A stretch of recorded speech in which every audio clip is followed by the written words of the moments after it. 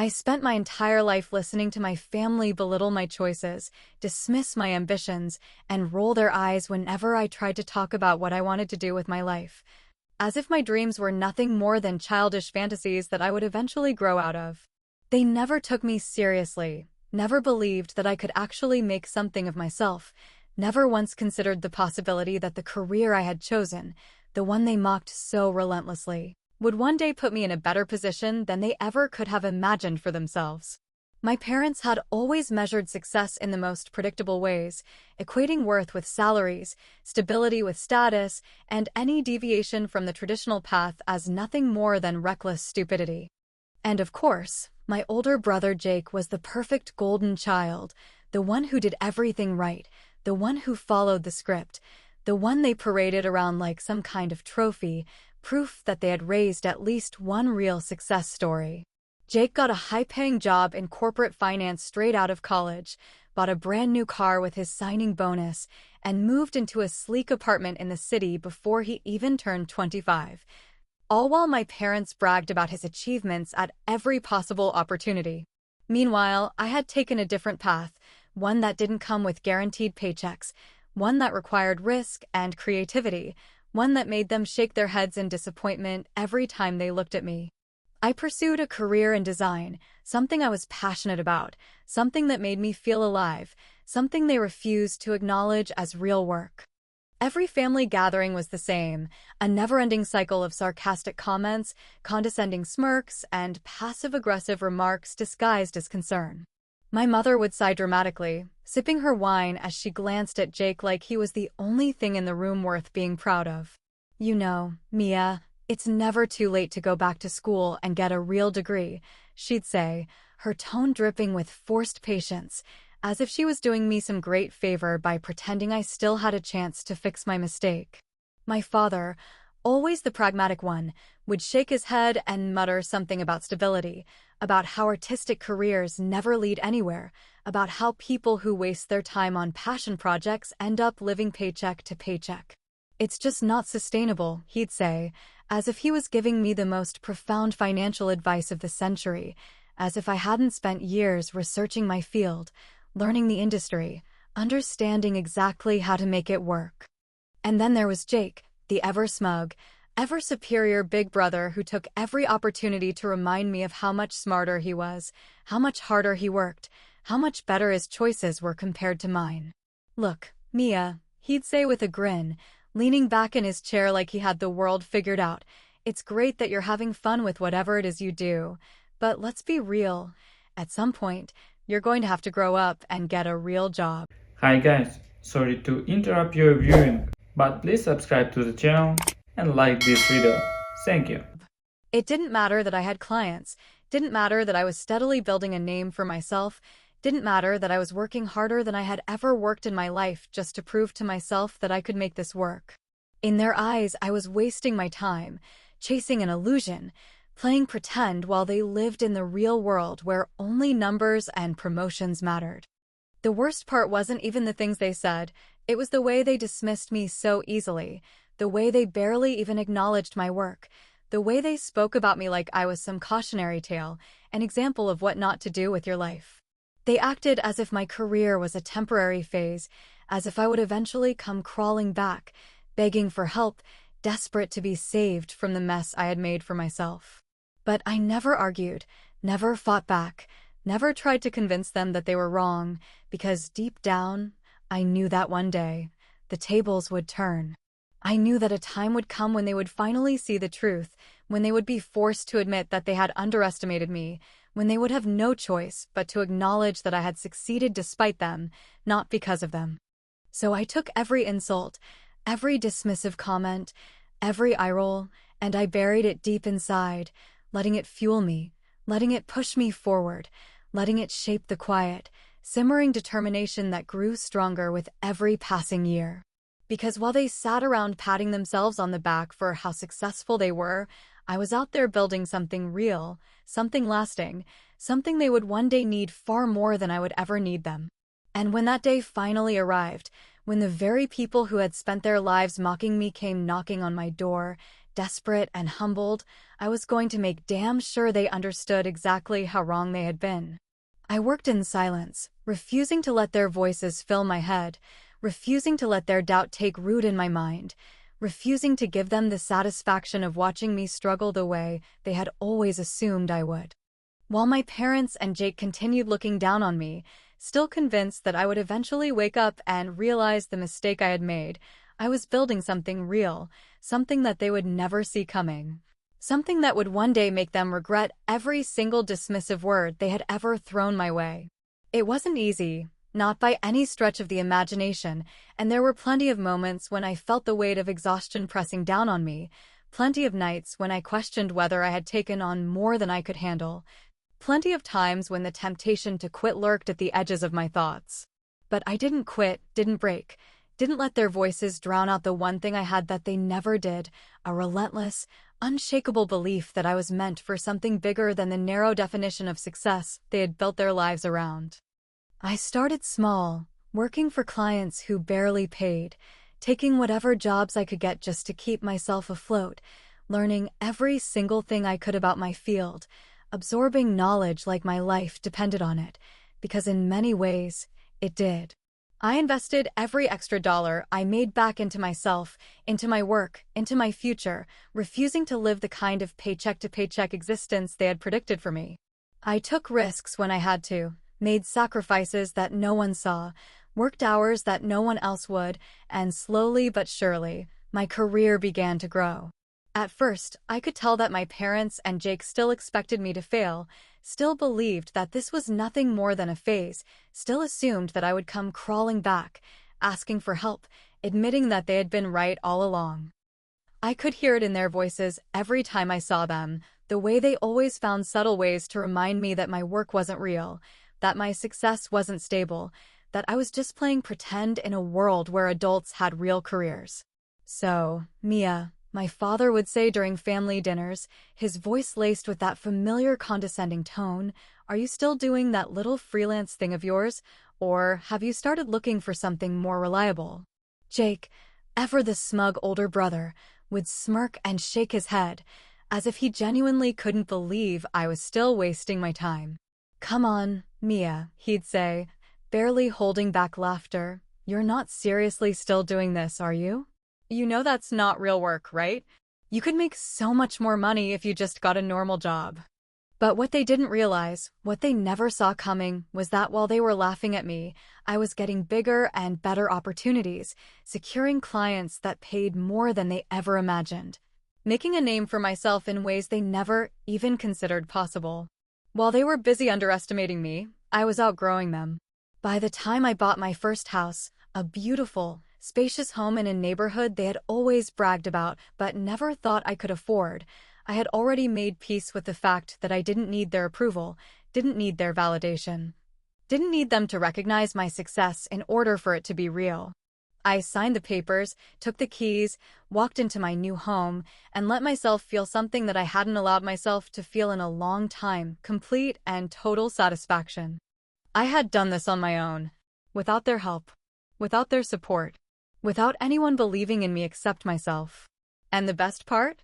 They had no idea. I never told them about my house, never mentioned how well I was doing, never bragged about my success, because I didn't need to. Their opinions didn't matter anymore, didn't have any weight, didn't hold any power over me the way they used to. I didn't need to prove anything to them, didn't need to rub it in their faces, didn't need their validation, because the simple fact was, I had already won. But still, a small part of me, one that I hated admitting even existed, wondered what they would say if they knew. Would they finally respect me? Would they finally admit that they had been wrong? Would they finally see me as someone worthy of their approval? Or would they find some way to twist it, some way to diminish my success, some way to convince themselves that I had just gotten lucky? I never got my answer. At least, not right away. But as life often does, fate had a way of making sure that they would soon find out exactly how well I had done for myself, whether I wanted them to or not. It happened faster than I expected, a sudden collapse that sent ripples through my family, shaking the foundation of their carefully constructed, picture-perfect world. For years, they had lived comfortably, never worrying about the future, never considering the possibility that things could go wrong, never once thinking that they might end up needing help from the very person they had spent so long belittling. Jake had always been their golden boy, the one they could rely on, the one who made the right choices, the one who built the kind of career that they deemed worthy of respect. He was the safety net, the financial backbone of the family, the person my parents leaned on whenever they needed something, because in their eyes, Jake could never fail. Except, of course, he did. I wasn't there when it all started falling apart, but I heard about it soon enough, because news like that doesn't stay buried for long. Jake, always so sure of himself, always so confident in his perfect decisions, had made a mistake, a big one. He had poured everything into a business venture, something that was supposed to be a sure thing, something that he had bragged about to everyone, something that he was so certain would make him even richer than he already was. But certainty doesn't pay the bills, and blind arrogance doesn't prevent disaster, and in the end, his guaranteed investment turned into a financial black hole, draining him dry faster than he could react. I imagined the moment he realized what was happening, the sheer panic that must have set in when he saw the numbers plummeting, when he understood that he wasn't just losing some money, he was losing everything. His savings, his assets, his entire safety net, gone in what probably felt like the blink of an eye. And the worst part? He had dragged my parents down with him because they had always relied on him, had always counted on him to keep them comfortable, had always assumed that as long as Jake was successful, they would be taken care of. Except now, Jake wasn't successful anymore. And suddenly, they were out of options. Their house, the one they had always been so proud of, the one they had never let me forget was proof of real success, was gone. Their savings, the money they had planned to use for their retirement, the money that was supposed to keep them comfortable for the rest of their lives, was drained. For the first time in their lives, they were the ones struggling. They were the ones who had to face a future that wasn't neatly planned out. They were the ones who had no idea what they were going to do next. And that was when the phone call came. I knew it was coming before I even saw my mother's name flash across my screen, knew it was only a matter of time before they reached out, knew that as soon as they had exhausted every other possibility, they would turn to me, the daughter they had spent years dismissing, the one they had laughed at, the one they had never once considered successful until now. I let the phone ring a few times, not because I was debating whether or not to answer, but because I wanted her to sit with the moment, wanted her to feel just a hint of hesitation, wanted her to understand that this wasn't going to be as easy as she thought. When I finally picked up, her voice was the same as it had always been, soft, patient, controlled, the voice of someone who had spent her entire life getting what she wanted, the voice of someone who had never once considered the possibility of being told no. "Mia, sweetheart," she said, her tone carefully measured, her words dripping with forced warmth, the kind of affection that had always been absent when she spoke about my ridiculous career, my wasted potential, my irresponsible choices. "It's been so long since we talked.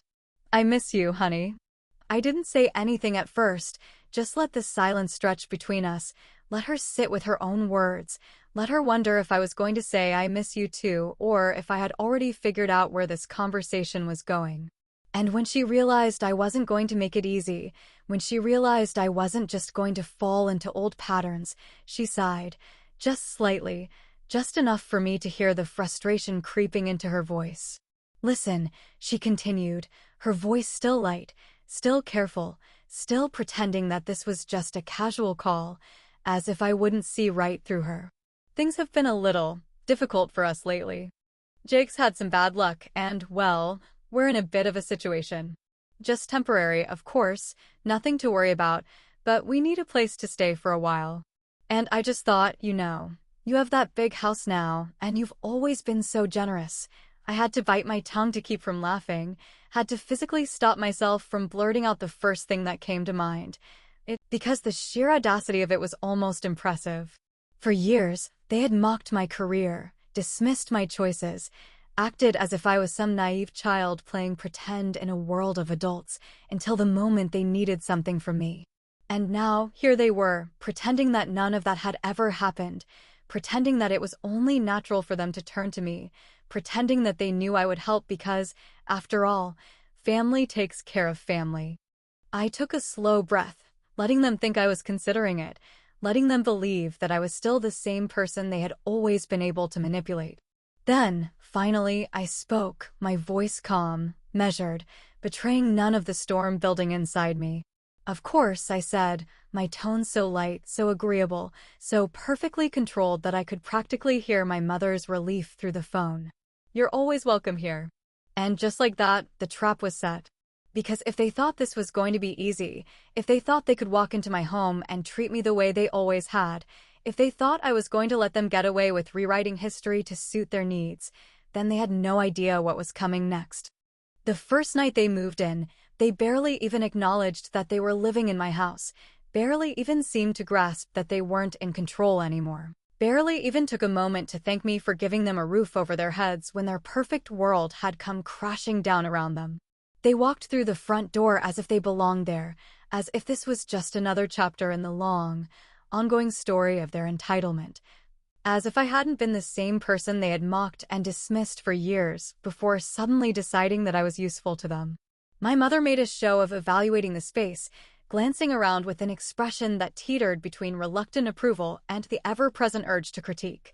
Her lips pursed like she was trying to figure out whether or not she should offer me advice on how to make my own home better. Well, she said after a long, deliberate pause, her gaze sweeping over the high ceilings, the polished floors, the carefully curated decor that I had chosen for myself without a single ounce of their input. I suppose it's nice, a little modern for my taste, a little cold, maybe, but it's not bad. I just smiled, watching as she continued to inspect everything, watching as she ran her fingers over the countertops like she was searching for dust, watching as she took stock of the furniture, the layout, the little details that she would later use as ammunition when she inevitably decided that she knew how to run a household better than I did. Jake, meanwhile, barely seemed to register the absurdity of the situation, walking in like a guest at a five-star hotel, already making himself at home, already treating my living room like his personal lounge. He flopped onto the couch with all the ease of someone who had never been told no in his life, stretching out like he had earned the right to be there, like he had worked for any of this, like he hadn't arrived on my doorstep because he had gambled away his own future. "Not bad, Mia," he said, flashing a lazy smirk that would have seemed almost harmless if I didn't know exactly what kind of person he was.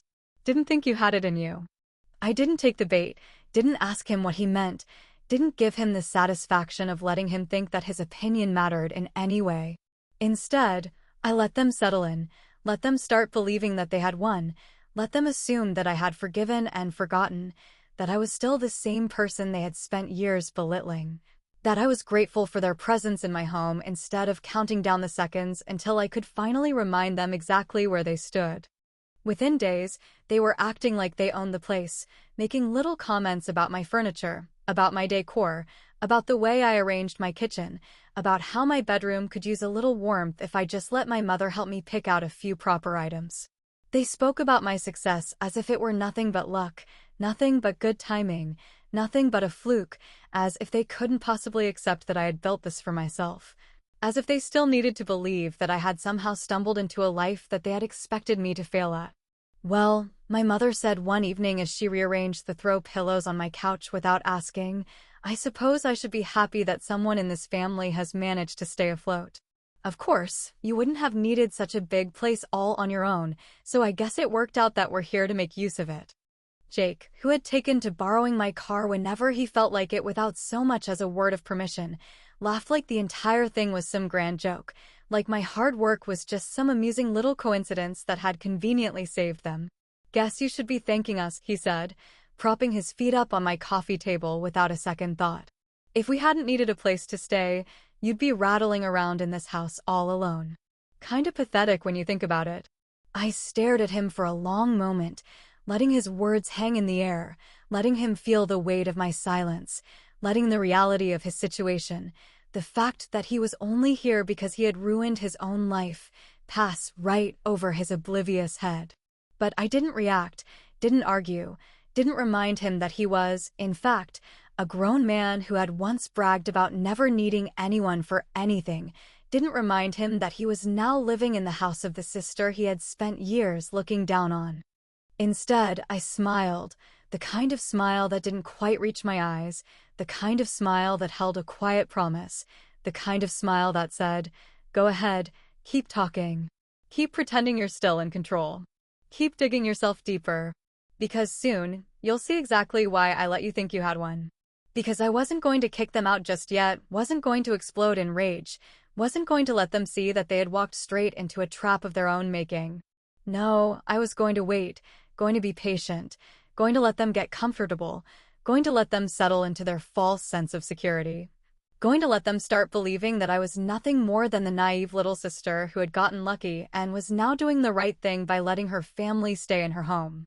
And then, when the moment was right, when they least expected it, when they had fully convinced themselves that they owned this space, I was going to remind them, in the most brutal and undeniable way possible, that this was my house, my life, my success, and that they were nothing more than temporary guests who had overstayed their welcome. I had been waiting for this moment for weeks, had been watching them move through my house like they owned it, had been biting my tongue every time they made some snide comment about my success, had been letting them believe they were in control, letting them settle into their false sense of security, letting them act like their presence here was some kind of favor to me instead of the desperate, last resort situation it actually was. But now, finally, the moment had come, the moment when all of their entitlement, all of their smug superiority, all of their years of dismissing me would come crashing down around them. They had made themselves so comfortable, had started acting like my house was their house, had ignored every unspoken rule of being a guest in someone else's home, had treated my space like it was theirs to dictate, had taken without asking, had rearranged without permission, had acted as if they were allowing me to host them instead of acknowledging the reality of the situation. But what they hadn't realized, what they had been too blind to see, what their own arrogance had kept them from understanding, was that I hadn't forgotten how they had treated me. And I wasn't about to let them forget either. I called them into the living room, my voice even, my tone giving nothing away, my expression carefully blank, betraying none of the satisfaction I felt brewing beneath the surface. They didn't suspect a thing, didn't even hesitate, didn't even glance at each other in concern, didn't even consider that something was coming, because, in their minds, they were untouchable. My mother sat on the couch with an air of quiet authority, smoothing out an invisible wrinkle on her sleeve, looking around as if she had some right to judge the state of my home, as if she was still trying to find something wrong with it. As if she was allowing me to have my little moment but was already prepared to dismiss whatever I had to say. Jake slouched in the armchair across from her, one leg casually draped over the other, looking at his phone, barely paying attention, barely giving me the courtesy of pretending he cared about whatever I was about to say. He had been too comfortable here, had gotten used to the idea that he could live in my home without consequence, had spent weeks acting as if this was some temporary inconvenience instead of the brutal consequence of his own reckless decisions. And my father, always the quiet one, always the man who let my mother and brother lead the conversations, sat back with an unreadable expression, watching me with the same silent disinterest he always had. The same look he had given me whenever I used to try and talk about my career, the same expression he had worn whenever my mother or Jake had mocked me and he had decided it wasn't worth his energy to step in. I let the silence hang for a moment, let them sit in the weight of it, let them feel the tension without fully understanding why it was there. And then, finally, I spoke. "I've been thinking a lot about family lately," I said, my voice calm, my words slow, deliberate, every syllable designed to sink into them before they had the chance to formulate a response. About what it means. About how it's supposed to work. About how we're supposed to support each other, lift each other up, be there when it actually matters. My mother smiled, as if she thought she understood where I was going, as if she believed I was about to say something sentimental, as if she assumed I was about to remind myself why it was the right decision to let them stay. "That's exactly right, Mia," she said, nodding, her voice carrying the practiced patience of someone who still believed she was the wisest person in the room. Family does take care of each other, and I'm so glad but you never did that for me. The words cut through the room like a blade, slicing through her forced warmth, through Jake's boredom, through my father's silence, through every delusion they had allowed themselves to believe about what this situation actually was. The shift was immediate, Jake finally looking up from his phone, my mother blinking rapidly like she had misheard me, my father stiffening slightly in his seat, all of them suddenly aware that this wasn't the conversation they had expected. I didn't stop, didn't let them recover, didn't give them a chance to steer this back in their favor. For years, you treated me like I was less, like my career was a joke, like my success wasn't real, like I was wasting my life on something that would never amount to anything.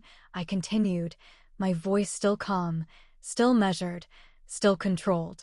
You made fun of me, laughed at me, told me I would fail, told me I would never have what you had. You made sure I knew that, in your eyes, I would always be the disappointment, the one who didn't live up to your expectations, the one who wasn't good enough to be taken seriously. I saw it. The moment the realization started to settle in, the moment Jake shifted uncomfortably in his seat, the moment my mother's lips pressed together in something close to panic, the moment my father finally looked like he might have something to say, but was too slow, too late, too powerless to stop what was coming next. And now, after all of that, after you mocked me, after you dismissed me, after you made it clear that I would never be as successful as Jake, after you told me that my work didn't matter, after you treated me like my dreams were a joke, now you need me. My mother opened her mouth, her voice faltering as she tried to regain control. Mia, sweetheart, that's not fair. You need me, I repeated, cutting her off, letting the words sink in, watching as their faces shifted from uncertainty to something dangerously close to fear, the fear of consequences. The fear of realizing that the person they had spent years underestimating was now the one with all the power. And then, finally, I dropped the bombshell they never saw coming.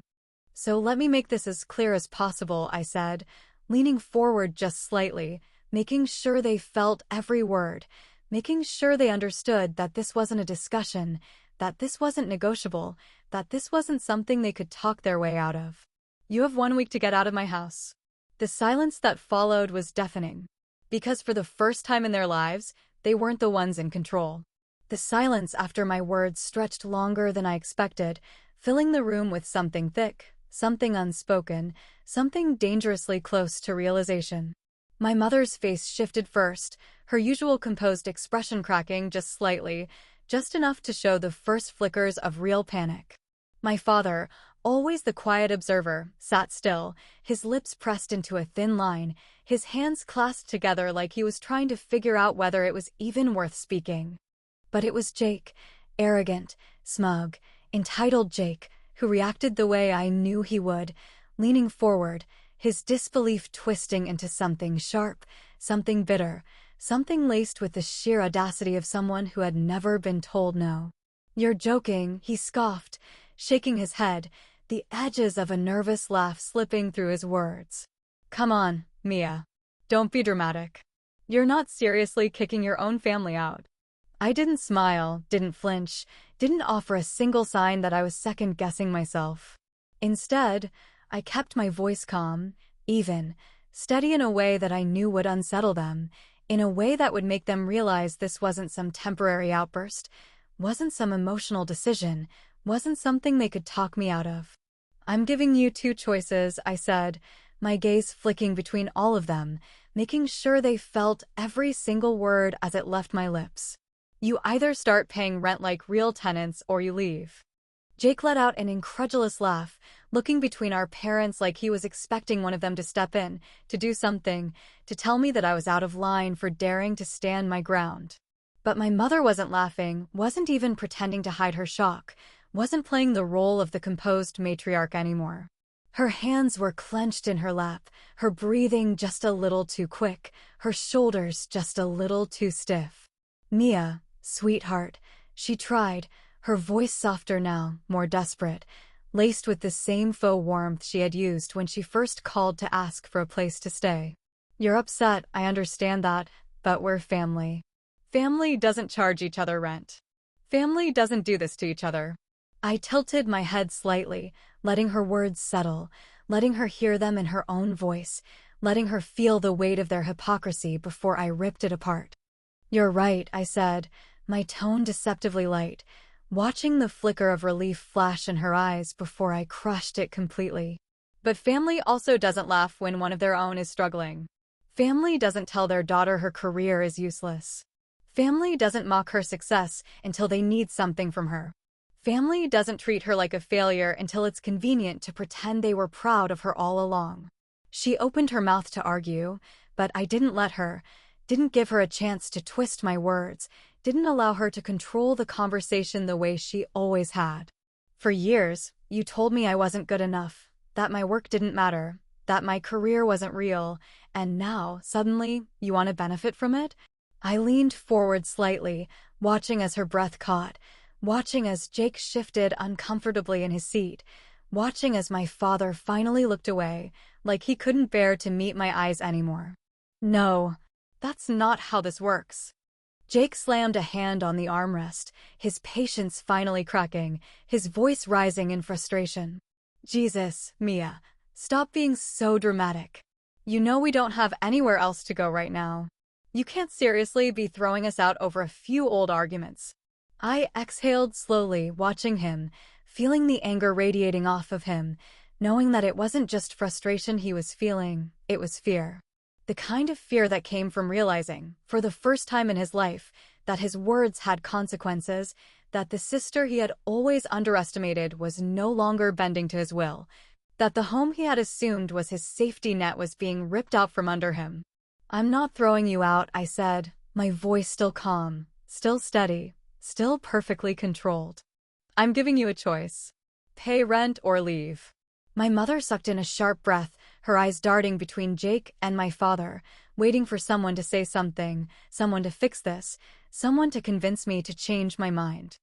But my father, for once in his life, said nothing. And that was when the panic really set in. My mother tried again, this time switching tactics, her voice trembling just enough to sound like she was on the verge of tears. Mia, honey, you don't understand how hard this has been for us. We didn't plan for this. We never thought we'd be in this position. You can't just turn your back on us. I tilted my head, letting her words sink into the air, watching the way she searched my face for sympathy, watching the way she waited for me to fold the way I always had before. You're right, I said, nodding slightly. You didn't plan for this. I let the words settle, let them get comfortable in the idea that I was agreeing with them, that I was softening, that I was about to change my mind. And then, just as the tension started to ease, just as I saw hope flicker in their eyes, I delivered the final blow. But I did. Jake's face darkened, my mother's expression shattered, and my father, finally, let out a slow exhale, like he knew the fight was over before it even began. One by one, I watched them fall apart, watched them try to argue, try to manipulate, try to convince me that I was being unfair, that I was being cruel, that I was being selfish for not giving them the same unconditional support that they had never once given me. But I didn't waver, didn't give them an inch, didn't let them twist the situation into something it wasn't. And when they realized, truly realized, that I wasn't backing down, that I wasn't changing my mind, that this wasn't something they could fix with guilt and empty apologies, I saw it. The acceptance. The resignation. The bitter understanding that they had lost. And with one final, satisfied glance, I stood at the doorway, arms crossed, watching as they packed up their things, as they left my house, as they finally, understood what it felt like to be powerless. Because for the first time in their lives, they were the ones with nowhere to go. The house was quiet after they left, so quiet that it almost felt unfamiliar, like their presence had lingered just long enough to alter the space in some way. Like I had spent so many weeks listening to their voices invade my home that the silence now felt unnatural. I stood in the doorway for a long time, watching the last traces of them disappear, the weight of everything that had happened pressing against my chest, heavier than I had expected, heavier than I wanted it to be. I thought I would feel nothing but satisfaction, thought I would be standing here with a victorious smirk, thought I would feel the full force of revenge settling over me in the most satisfying way possible. And yet, as I looked around at the empty living room, at the space they had treated as their own, at the place where I had finally put my foot down, I felt something else creeping in, something quieter, something colder, something dangerously close to doubt. Had I gone too far? Had I let my anger dictate my actions, let my resentment push me further than I should have gone, let my years of being dismissed and underestimated build into something more ruthless than necessary? Had I thrown them out of my house because it was the right thing to do, because they had deserved it, because they had brought it upon themselves, or had I done it simply because I could? Because I had finally, for once in my life, been in the position of power? I told myself that this was justice, that this was what they had earned, that this was the natural consequence of the way they had treated me for years, and yet, I couldn't shake the smallest, quietest voice in the back of my mind that whispered, "But what if you became exactly what they always thought you were?" It didn't take long before the rest of the family found out, before the phone calls started, before the messages rolled in, before the distant relatives who had never once checked in on me suddenly had a lot to say about the situation. Some of them supported me, told me that I had every right to do what I did, told me that I had been patient for too long, told me that my parents and Jake had been taking advantage of me the moment they walked through my door. "Good for you," one of my cousins texted. "They treated you like garbage, and they expected you to save them? They got exactly what they deserved." But others weren't so kind, weren't so understanding, weren't willing to accept that I had stood up for myself in a way that didn't fit into their idea of family values. They called me cold, called me cruel, called me heartless for abandoning my parents when they needed me, for humiliating Jake when he had already lost everything, for choosing revenge instead of doing what a good daughter was supposed to do. "They raised you," one of my aunts scolded over the phone, her voice sharp with disappointment, as if she had any right to an opinion on my life. "They took care of you when you were a child. No matter what, you don't just throw your family out like that." I had hung up on her without saying a word, not because I didn't have a response, but because I was tired of explaining, tired of defending myself, tired of pretending that the people who had never cared about my struggles suddenly had the right to judge the way I had handled them. Because the truth was, I didn't regret it. Not really. Not in the way that mattered. The doubt was there, yes, creeping in at the edges, whispering in the quiet moments when the house felt too still, when I found myself staring at the empty spaces they had once occupied. But regret? No. Because when I really thought about it, when I really looked at the situation for what it was, when I stripped away the emotions and the family ties and the expectations that had been forced onto me my whole life, the answer was so painfully, brutally simple. If the roles had been reversed, they wouldn't have helped me. If I had been the one who lost everything, if I had been the one who needed a place to stay, if I had been the one knocking on their door with nothing but a forced smile and a desperate plea for mercy, they would have laughed. They would have mocked me. They would have reminded me, in the most condescending, cruelest way possible, that I had chosen a useless career, that I had made irresponsible decisions, that I had done this to myself, and that I should have been smarter, worked harder, done better. They would have turned me away without a second thought. So why did I owe them anything? Because they were family? Because they had raised me? Because they had finally acknowledged my success, but only when they needed something from me? No, that wasn't how this worked. Not anymore.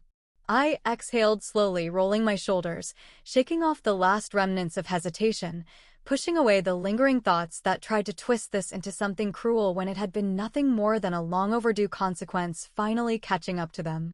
And as I stood there, in my house, in the home I had built without them, in the space that no longer held any trace of their presence, I realized something that I should have known a long time ago. I didn't need their approval. I didn't need their acceptance. I didn't need their validation to make my success real. For the first time in my life, I was free. And for the first time in my life, I didn't care what they thought. But what about you? Would you have done the same?